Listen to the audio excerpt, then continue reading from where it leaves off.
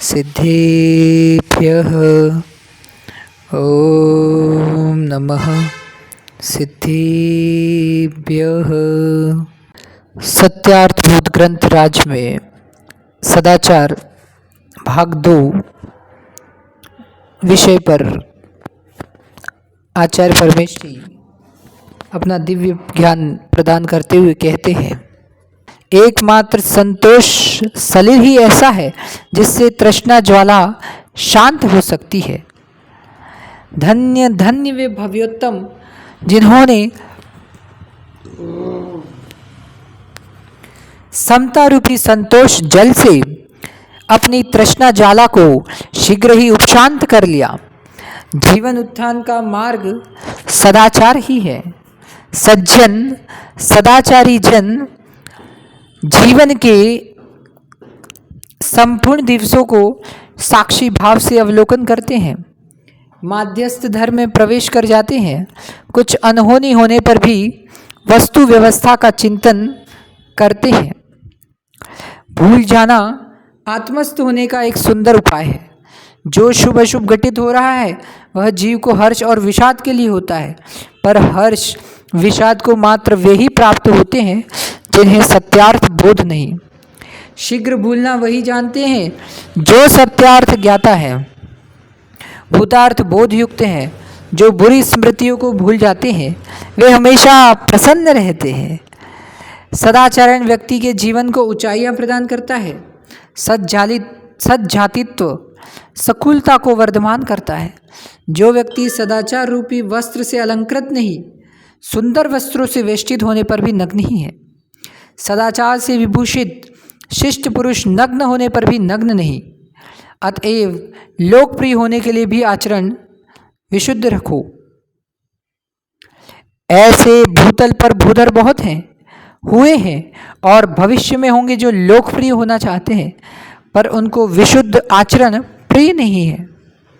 उन्हें बोध होना चाहिए कि लोकप्रियता चाहने या बहिरंग प्रदर्शन मात्र से नहीं, साधु हो या असाधु, राजा हो या रंक, उसे लोकप्रियता की चाह है तो उसे यह यथार्थ समझना चाहिए कि मात्र फोटो और चित्रों से लोकप्रियता नहीं हो सकती।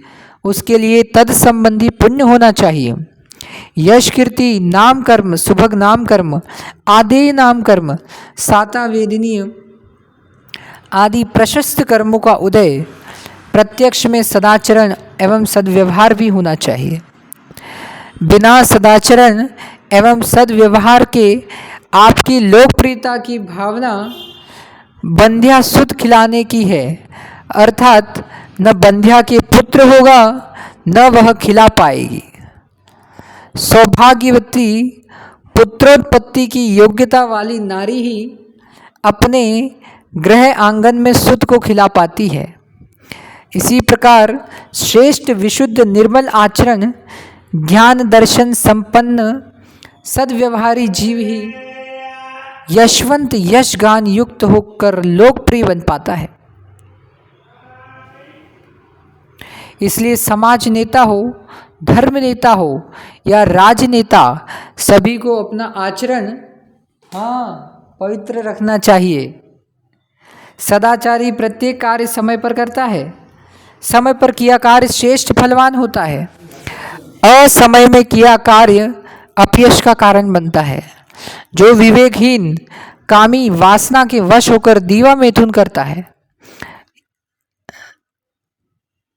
या रजस वाला स्त्री का सेवन करता है, वह चांडाल से भी नीच होता है। दिन व्यापार के लिए ब्रह्म मुहूर्त, धर्म ध्यान, विद्या अध्ययन के लिए संध्या, संध्या वंदना के लिए है। सर्वप्रथम प्रातः जागते ही परमात्मा का स्मरण करते हुए कायोत्सर्ग पूर्वक 9 बार नमोकार मंत्र की जाप करो। प्रभु से प्रार्थना करो, अहो परमेश्वर, संपूर्ण दिन सुकृत्य में पूर्ण हो। जिस किसी प्रकार का अनर्थकारी कार्य मेरे हाथों से न हो, उत्तम से उत्तम कार्य करने में मेरा दिन पूर्ण हो। जिनेंद्र भगवान की अर्चना सुपात्रों को दान हो। हे प्रभु, मैं हमेशा भक्ष्य भोजन करूं, अभक्ष पदार्थों से दूर रहूं। सुनीति से धर्म, परिवार, समाज, राष्ट्र की रक्षा के लिए संपत्ति अर्जन हेतु सद्व्यवहार पूर्वक सद्व्यापार अहिंसक रूप से करूं। जिस व्यापार में अर्थ लाभ अधिक हो परंतु जीवों का नाश हो, ऐसे अनाचार के कारणभूत मछली पालन, मुर्गी पालन, बकरी पालन, शराब के ठेके, ईंट के भट्टे आदि बहुहिंसक धर्म विरुद्ध, लोक विरुद्ध, कुल विरुद्ध, जाति विरुद्ध कोई भी व्यापार मेरे से न हो। स्वप्न में भी चित्त न जाए। श्रेष्ठ महाजनों के का स्वर्ण, रजत, हीरा, वस्त्र आदि का व्यापार करना चाहिए। भूखे सो जाऊं, भीख मांगकर जीवन जी लूं, परमात्मा का स्मरण पूर्वक प्राण त्याग कर समाधि कर लूं, किंतु अभक्ष्य भोजन, अनीति के धन से जीवन ना जियो। सज्जनों को सुखी जीवन जीना है तो संदेहशीलता पर भी विजय प्राप्त करो। पग पग पर, क्षण क्षण पर जो संदेह करता है उसका कोई भी कार्य पूर्ण नहीं हो सकता। स्वनिर्णय पर ही जिसे संदेह हो वह श्रेष्ठ कार्यों पर, निर्णयों पर क्या विश्वास कर पाएगा। विश्वास किए बिना किसी भी कार्य को आगे गति नहीं दी जा सकती। शंकालु, संदेही व्यक्ति अविश्वास में ही समय नष्ट करता है। जिस दृढ़ता, निश्चयात्मक दृष्टि से कार्य प्रारंभ किए जाते हैं, अब तक वही विश्वास दृढ़ रहना चाहिए, तभी लौकिक और परमार्थिक कार्य पूर्ण हो सकते हैं। संदेह में न तो आप किसी पर विश्वास बना पाएंगे और ना ही कोई आपके ऊपर विश्वास स्थापित कर पाएगा। विश्वास से ही सर्व कार्यों की सिद्धि होती है। अपेक्षा के बिना ही प्राणी मात्र के प्रति सहज प्रीति जिसके भीतर होती है, वह जगती की सर्व विशिष्ट विभूतियों में उत्कृष्ट विभूति संपन्न पुरुष है। प्रेम शून्य जीवन जीना श्रेष्ठ जीवन नहीं। जीवन तो श्रेष्ठ वही है जिसमें धर्म, धर्मात्माओं के प्रति प्रेम, वात्सल्य, स्नेह विद्यमान है। प्रेम वात्सल्य रहित देहधारी मात्र हड्डियों का ढेर है। प्रेम लता में श्रद्धा के पुष्प खिलते हैं और उसी में निश्रेयस अभ्युदय सुख के फल लगते हैं।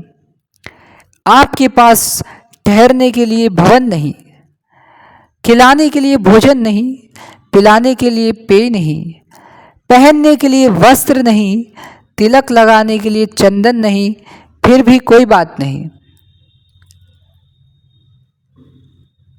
आप इतना तो कर ही सकते हैं कि वात्सल्य, प्रेम, स्नेह से अतिथि को देख लें। किसी को मत ठुकराओ, अपितु हृदय से लगाओ। जिसे तुम ठुकराओगे कभी वह भी आपके काम आएगा। सबके दिन एक से नहीं होते, सब दिन एक से नहीं होते। ज्ञानी जन कुछ बातें समय पर छोड़ देते हैं। समय आएगा तब समाधान होगा। मत मुंह फुलाओ साधु महात्मा को देखकर, मत मारो सांप गोहरे को, वे भी शक्ति रूप भगवान हैं। मोक्ष मार्ग में सहायक नियमों का ही निरूपण करो। मोक्ष मार्गियों की साधना में सहायक बनो। पशु पक्षियों, भृत्यादि के भोजन में भी अंतराय करोगे तो तुम्हें अशुभ कर्म का बंध होगा। फिर तुम अज्ञानतावश, द्वेषवश संयमी के आहार में ही विघ्न करोगे तो तुम्हारा उसका क्या दुष्फल होगा। बंधुओं, प्रयत्नपूर्वक अनर्थ कार्यों से बचो। संपूर्ण राष्ट्र को स्नेह, प्रेम, वात्सल्य के सूत्र में बांधो। महामारी जैसी आपत्ति में भेद भावना भुलाकर जन जन में राष्ट्र भावना का विकास करो। परस्पर मिलकर दुखियों के दुख दूर करो। मैत्री भावना का विकास करो। संकट के काल में परस्पर उपकार करने का अवसर है। दूसरों के सहयोग को दुर्भाग्य मत मानो, सौभाग्य मानो। हमारा तन मन धन दूसरे की विपत्ति हरण करने में सहकारी बन रहा है। दुख, संकट, विपत्ति के समय अपनी स्वशक्ति से दुखियों के दुख दूर करने का पुरुषार्थ करना बहुत बड़ा अनुष्ठान है। दया धर्म को किसी धार्मिक अनुष्ठान से कम मत समझना। अहिंसा परम धर्म विश्व का सबसे बड़ा धर्म है। अहिंसा, करुणा, दया से शून्य कोई धर्मानुष्ठान जगती पर श्रेष्ठता को प्राप्त नहीं। अहिंसा धर्म एकमात्र ऐसा अनुष्ठान है जिसमें बाल, वृद्ध, युवा, स्त्री, पुरुष, नपुंसक सभी संलग्न हो सकते हैं। विश्व भूमि को यदि प्रसन्न चित्त देखने के अनुष्ठान का पवित्र फल प्राप्त करो। अपने द्वारा किसी का हित हो जाए तो उसे अहंकार में नहीं देखना, अहोभाग्य में देखना। अच्छे कार्य की प्रशंसा एवं अशुभ या प्रतिकूल कार्य में माध्यस्थ भाव ज्ञानी जन ही करते हैं, मूढ़ प्राणी नहीं कर पाते, क्योंकि उन्हें विचारों को पवित्र करने की प्रज्ञा प्राप्त ही नहीं हुई। हे उपादे, ज्ञेय की धारा बुद्धि में चलती है, तब व्यक्ति विशिष्ट पुण्य के साथ जीवन जीता है। जब व्यक्ति विशिष्ट पुण्य के साथ जीवन जीता है तभी हे उपादेय और ज्ञेय की धारा बुद्धि में चलती है। बिना पुण्योदय के सत्यार्थ बोध नहीं होता और सत्यार्थ बोध के बिना जीवन पशुवत है। पुण्यात्मा ज्ञानी जन उसे पहचान कर तद अनुकूल व्यवहार करते हैं। अहो प्रज्ञात्मन, स्वात्मा के वैभव को समझो, स्वपरहित हेतु आगम वर्णित तत्व का सम्यक अभ्यास करो, क्योंकि तत्व ज्ञान के बिना वस्तु के वस्तुत्व का बोध संभव नहीं। वचन कुशलता सदाचारी का विशिष्ट गुण है। जैसे मधुर आम्रफल सबके चित्त को लुभा देता है, नर तिर्यंच सर्व प्राणी आम खाने की इच्छा करते हैं, उसी प्रकार मधुरवाची के भाषी के वचनों को श्रवण करने की इच्छा सारे जीव रखते हैं। प्रत्येक क्षण मधुर हितभाषी के वचन मंत्र सम गूंजते हैं। ज्ञाता का ज्ञेय शब्द है, अन्य पर ज्ञेयों को जानने में सहकारी निमित्त है। ज्ञाता के ज्ञान गुण के जानन धर्म में शब्द निमित्त बनते हैं। ज्ञाता उच्चारण अनुच्चारण शब्दों के द्वारा अर्थ का बोध कर लेता है। एक एक वाक्य मंत्र रूप होता है, परंतु प्रयोक्ता के भावों की निर्मलता चाहिए। तुम्हारा शब्द, भाषा और वाणी जगत कल्याणी बने।